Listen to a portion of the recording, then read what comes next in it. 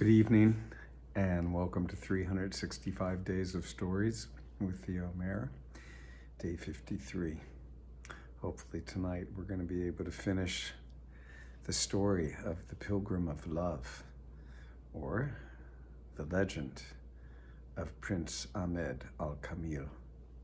Now, as you might remember, the tournament had gone off in a way that no one expected.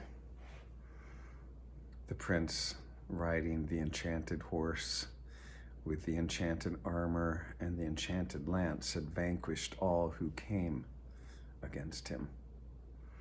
And in the process, even unhorsed the king himself. The princess had looked on, fainted, while she saw all the chaos that was taking place, had been carried off to her chamber, administered to as best possible. During this time, the prince, after he'd gotten back to the cave, had shared everything that happened with Owl and the parrot, and they went off in the town to find out what was going on. And they indeed found out what was going on for the course of some time.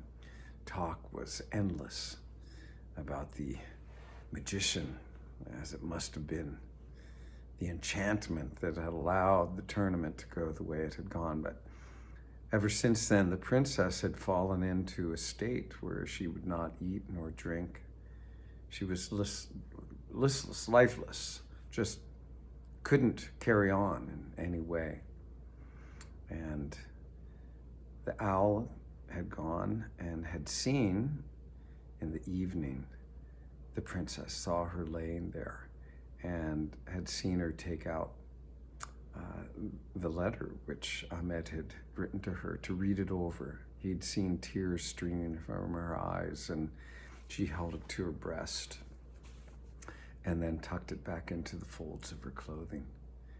Now the king, seeing her, his daughter, his beloved daughter, in such a state, had made a proclamation that anyone, any physician, any person who could cure his daughter of the state that she was in, could get her out of this state back into kind of the living, would be rewarded with the most priceless jewel from the royal treasury. Well, the owl and the parrot found out about this, of course, as well, and this was shared with the prince one evening as they were all figuring out what was next. Now, I'll tell you, during the time that passed after the tournament, Eben Ben came to the prince's mind, and he remembered when Eben had told him how love brought trouble and was really not the way the dove described it, that it would bring pain and suffering and all the hardships that people experienced in this world came through love, and the troubles that love brought. The prince thought maybe Eben was right when he told me that. Well, he was thinking this that very night, and here this proclamation had been given, and the prince was just sitting wondering what to do when the owl suddenly went, "Allah Akbar, God is great." And he said, "Whoever it is that has the chance to go to the royal treasury and pick out the jewel, the gem of his choice, he will be the lucky man." The prince, hearing this, turned to the owl and said, Why do you say that?" I said, "The owl, on one of my nighttime wanderings, I went there and saw that within and in the royal treasury, many of my kinsmen had met, and they were talking. And one owl in particular was sitting on a box made of sandalwood and sealed with iron bar straps that were around it to keep it closed. There were inscriptions on it. This owl had just come from Egypt, and it was saying that this box was from Solomon the Great, and within it was a piece of the silken rug that Solomon the Great used to use. It was a great talisman with great powers. Well, Ibn Banabin had told Prince Ahmed about this very box, how it had been once in the possession of the Jewish people. And when they had been driven out of Jerusalem, they had come to Toledo. But all knowledge of where that box was had been lost. And here it was. Ibn Banabin had told of its magic powers, had told Prince Ahmed about it. And so here the prince thought, I was like, you're indeed correct. If I were to have that box, everything would turn out okay. His mind was made up. The next morning had him applying to his face, coloring. He did not want to look or appear as he had during the tournament, for though he had worn a helmet, the helmet did not cover his face. He did not want to be discovered at all, and so he darkened his skin. And he went to the palace, saying that he should and could be able to cure the princess of the state that she was in. The guards who he went up to tried their best to turn him away. They were shooing him away, telling him, look, how will you possibly succeed where these ancient and wise physicians have tried? Go your way, young man. The king, however, heard the commotion and went out and saw this young Muslim standing there saying that he could cure the princess, and the king was willing to try anything. So he went and took Ahmed by the arm and led him in and consulted with him. Prince Ahmed was very respectful with the king and said, Your Highness, I know I am but a young man, but I have spent years in the desert as a Bedouin, and believe me, we have had evil spirits come, and they have come and affected our flocks to the point where I know how to deal with evil spirits. And if it is an evil spirit that is inhabiting your daughter, I will forfeit my head if I cannot cure her of that.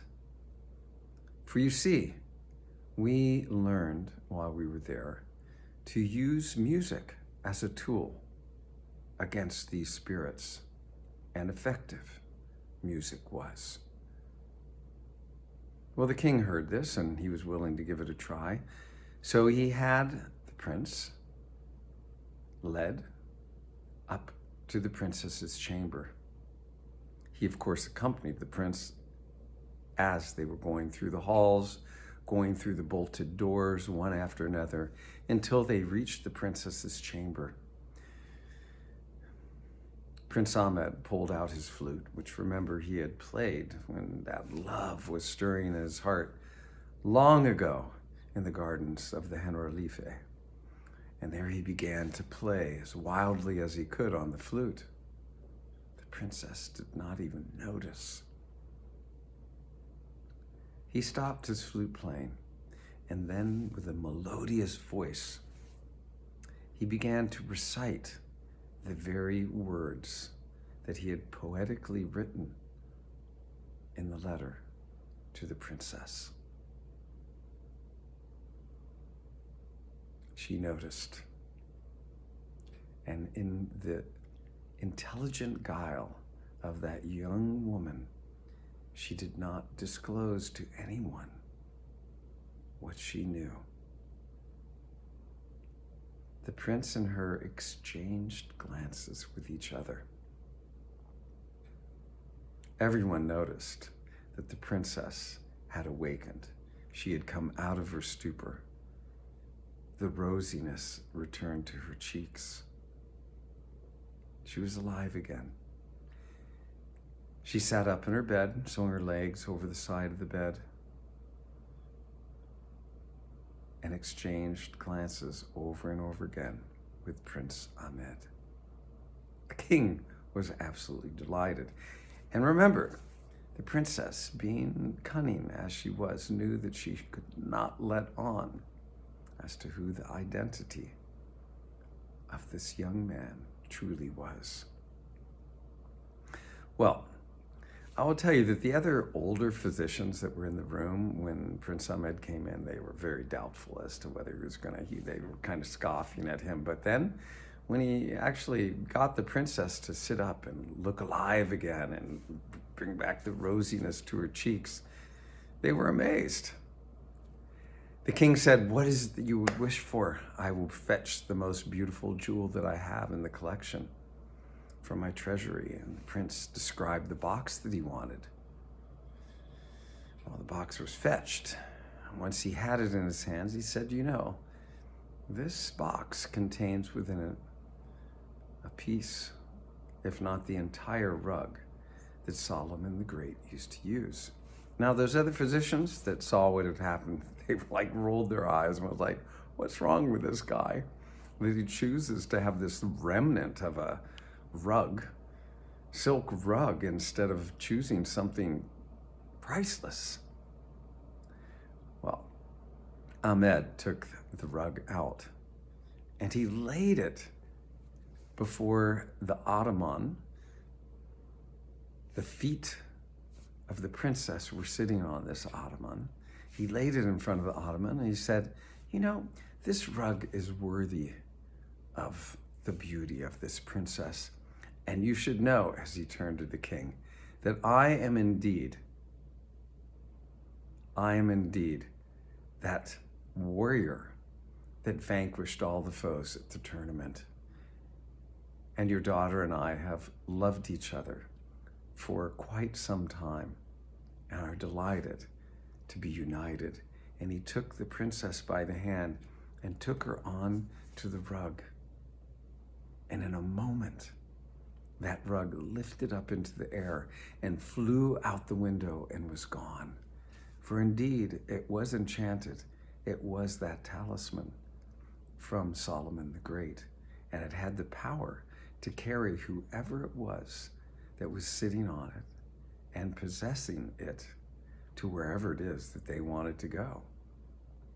Well, the king flew into a rage and asked his ministers how it was possible that this was not known. How was it possible that no one knew that he held this in his own treasury? And they were like, well, we weren't able to read the signs on, there were all these symbols on the box, so we could never have read it. Well, the king got very upset. He decided that he would have to go out, try to get his daughter back. And he got his large army together and marched toward Granada. It took him a long time to get there, many, many days marching with that many men. And once he got there, he encamped on the Vega and sent a herald to go meet with the king and demand the return of his daughter. Well, the king himself came out to meet the Christian king. And when the Christian king saw him, he saw that it was the Prince Ahmed himself, because Ahmed had succeeded to the throne.